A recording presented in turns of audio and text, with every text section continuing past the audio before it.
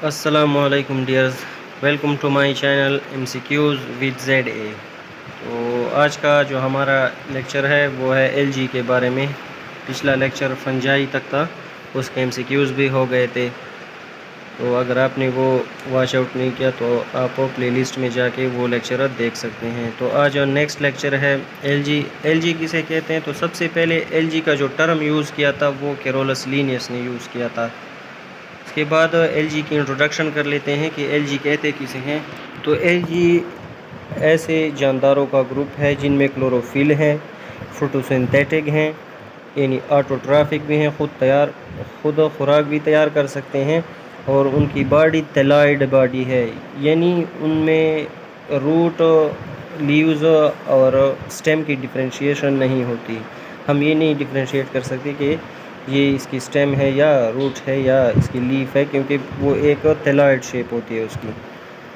और study of LG is called phycology, और LG की स्टडी को हम फाइकोलॉजी कहते हैं। और जो मेन प्लांट बॉडी होती है LG की, वो गेमिटोफाइट होती है, यानी उसकी मेन प्लांट बॉडी हेप्लॉइड होती है।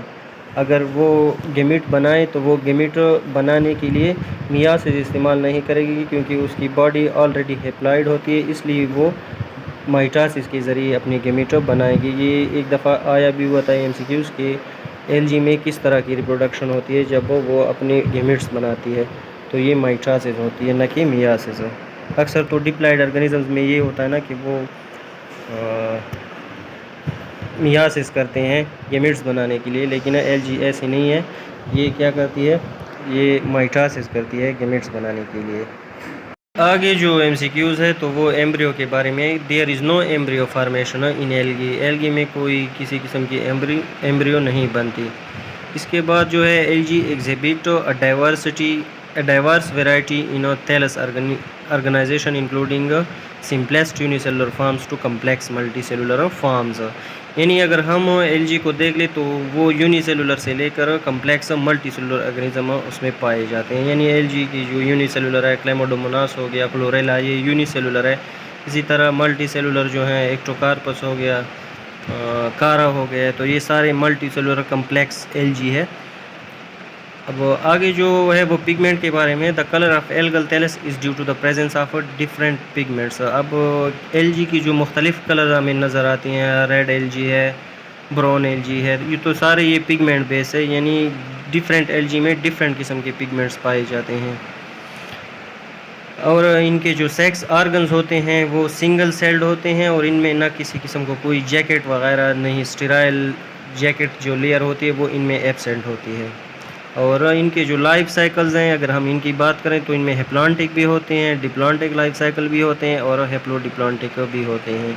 हेप्लॉन्टिक लाइफ साइकिल वो जो अपनी सारी ज़िंदगी हेप्लॉइड स्टेज में गुजारे, लेकिन जब वो सिर्फ़ और सिर्फ ज़ाइगोट डिप्लॉइड स्टेज हो उसमें।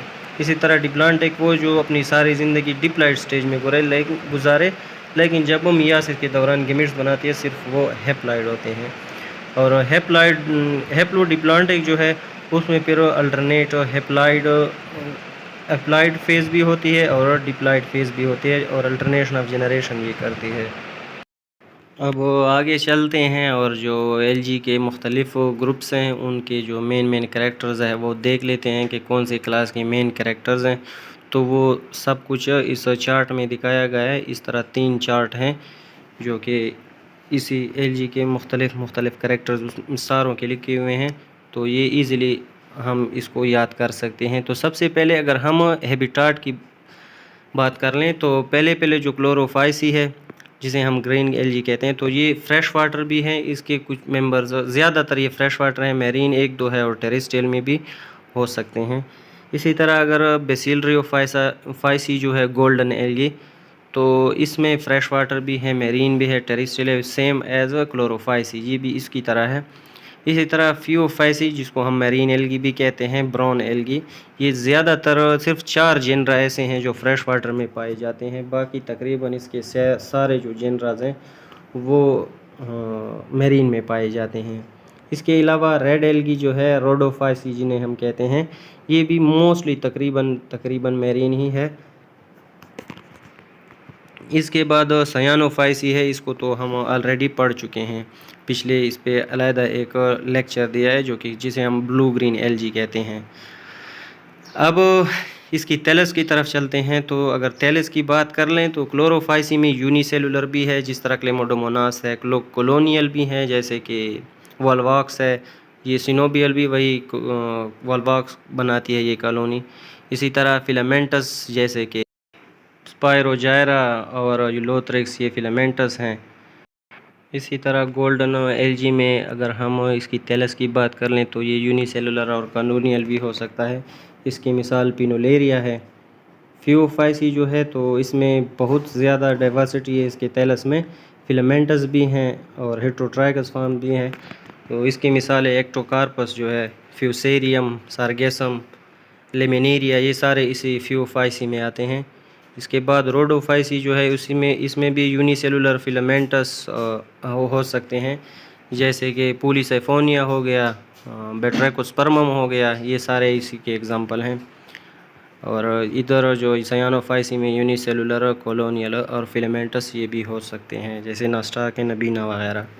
इसी तरह अगर हम सेल स्ट्रक्चर को देख लें तो ये तो सारे यूक्रियाट्स हैं, एलजी है ही यूक्रियाटिक, तो सेल यूक्रियाटिक सेल है, ऑर्गेनाइज्ड वेल ऑर्गेनाइज्ड न्यूक्लियस भी है, और जो ऑर्गेनेलीज हैं सारे, वो सारों में जो तकरीबन प्रेजेंट है एलजी के सारे सेल्स में, सिवाय जो सयानो बैक्टीरिया है, क्योंकि हम इसको एक एलजी कंसिडर नहीं करते, ये इसको अलहदा किंगडम बैक्टीरिया में रखा गया है। इसके बाद अगर हम इसकी सेल वॉल की बात करें तो सेल वॉल जो है तो इनर सेलुलोज का बना होता है और आउटर जो है वो पेक्टिन का बना होता है। इसी तरह अगर हम बेसिलरियोफाइसी यानी गोल्ड एल्गी की अगर बात करें तो उसका सेल वॉल जो है वो सिलिका और पेक्टिन मटेरियल का बना हुआ है। और फियोफाइसी जो है तो वो उसमें जो एक आउटर जिलाटिनस लेयर होती है जो एल्जिनिक एसिड और फ्यूसिनिक एसिड की बनी हुई होती है, इसमें ये थोड़ा बाकी एलजी से डिफ़र करती है। और इनर लेयर जो है वो वही सेलुलोजिक होती है, लेकिन आउटर लेयर में दो जो फ्यूसिनिक और एल्जिनिक एसिड, ये दो इंपॉर्टेंट कंपोनेंट इसके आउटर सेल वॉल में पाए जाते हैं। अगर हम रोडोफाइसी की बात करें तो वो आउटर लेयर जो है वो पेक्टिनेशियस है और जो इनर लेयर है वो सेलुलोजिक है, जिस तरह क्लोरोफाइसी में था। और जो सयानोफाइसी है उसका जो सेल वॉल है तो वो म्यूकोपेप्टाइड्स एंड म्यूरेनिक एसिड इनका बना हुआ है, जो कि हमने पीछे पढ़ा था, जो कि पेप्टिडोग्लाइकेन भी जिसे हम कहते हैं। अब अगर हम इनकी फ्लैजिला की बात करें तो फ्लैजिला या जो क्लोरोफाइसी में है वो या तो 2 होंगे या 4 होंगे। अगर 2 होंगे तो उनको हम बाई फ्लैजिलेट कहेंगे, अगर 4 होंगे तो उनको हम क्वाड्री फ्लैजिलेट कहेंगे।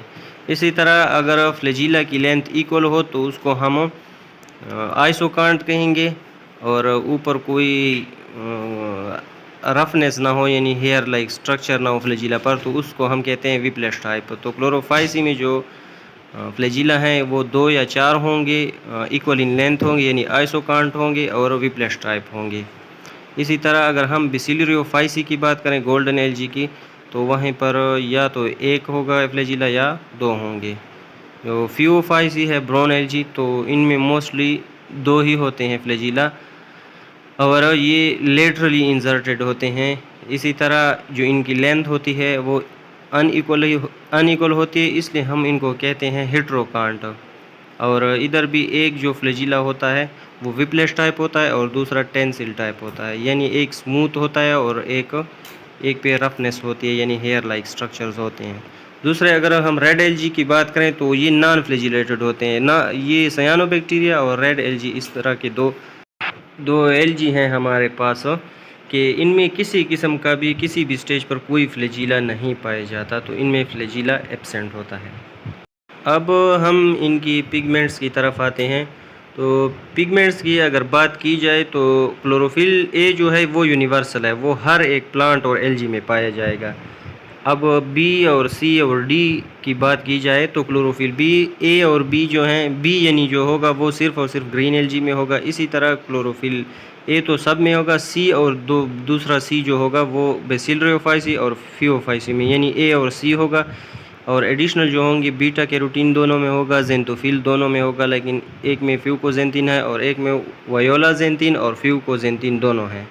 अब अगर हम रेड एलजी की बात करें तो उसमें क्लोरोफिल ए एंड डी होगा, यानी उधर बीटा 2 और बीजो के जो 2 हैं उनमें ए और सी थे, और लास्ट जो है इसमें डी होगा, और साथ में फाइको इरेथ्रिन होगा। इसी तरह अगर हम सायानोबैक्टीरिया की बात कर लें तो यहाँ पर भी बीटा कैरोटीन होगा, क्लोरोफिल ए होगा, जेंथोफिल एंड सी फाइकोसायानिन होंगे।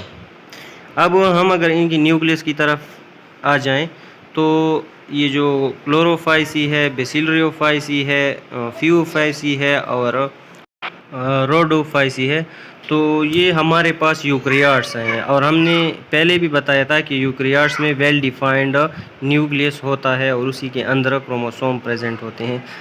अगर हम इधर सायानोबैक्टीरिया की बात करें तो इसमें किसी किस्म का कोई भी न्यूक्लियस नहीं होता, यानी न्यूक्लियर मेम्ब्रेन नहीं होती, और डीएनए जो होती है वो हिस्टोन प्रोटीन्स उनमें नहीं पाए जाते, जबकि बाकी सब के सब में जो क्रोमोसोम होता है उनमें डीएनए के साथ साथ प्रोटीन भी पाई जाती है।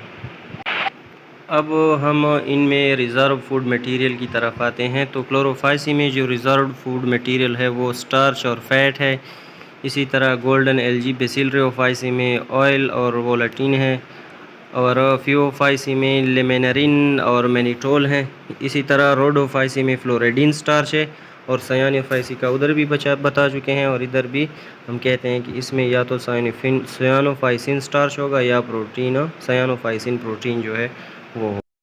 अब रिप्रोडक्शन की बात करते हैं तो ग्रीन एलजी जो है क्लोरोफाइसी, यहाँ पर वेजिटेटिव भी होती है, एसेक्सुअल भी होती है, सेक्सुअल भी होती है।